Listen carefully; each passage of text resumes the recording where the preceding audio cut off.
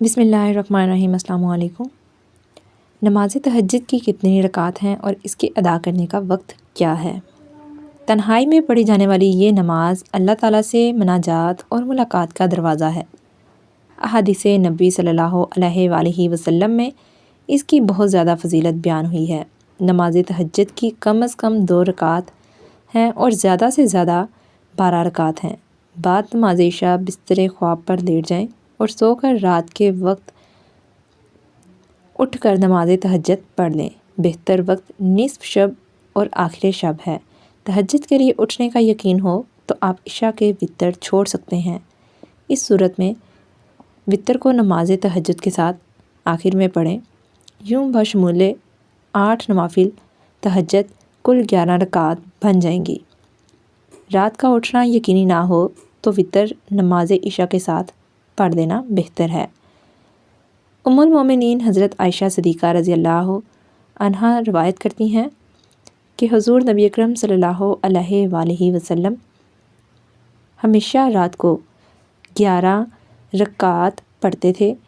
ایک رکعت کے ساتھ تمام رکعات کو طاق بنا لیتے۔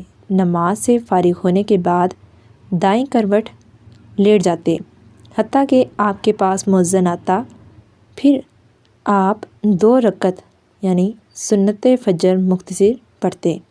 تنہائی میں پڑھی جانے والی یہ نماز اللہ تعالیٰ سے مناجات اور ملاقات کا دروازہ ہے۔ احادیث نبی صلی اللہ علیہ وآلہ وسلم میں اس کی بہت زیادہ فضیلت بیان ہوئی ہے۔ حضرت عبداللہ بن عمر